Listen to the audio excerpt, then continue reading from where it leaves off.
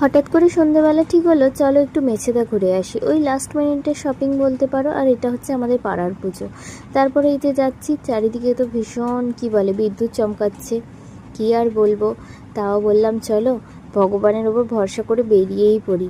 প্রথমে একটু ভয় লাগছিল, তারপরে ভাবলাম চলো এখানে তো বৃষ্টি হচ্ছে না, একটু ঘুরেই আসি। বৃষ্টি অবশ্য আমরা বাড়িতে ফেরার পরে হয়েছে। আর এই যে আমার শাখাটা বেড়ে গেছিলো, পরে নিলাম। আর মাও তার সাথে সাথে একটু পলাটা চেঞ্জ করে নিল।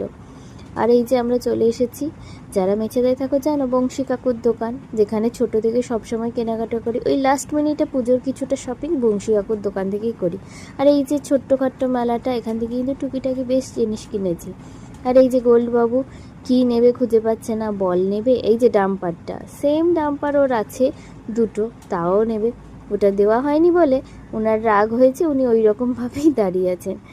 দেখো, আবার যখন দোকানে নিয়ে গেলাম ওই ডাম্পারটা নিল না, নিল ওই কারটা, বলল সবুজ কার নেব। তো যাই হোক, সব কিছু সবার পছন্দ মতো কেনাকাটা করে এবার আমরা বাড়ি ফিরে এলাম। তো আজকের জন্য বাই।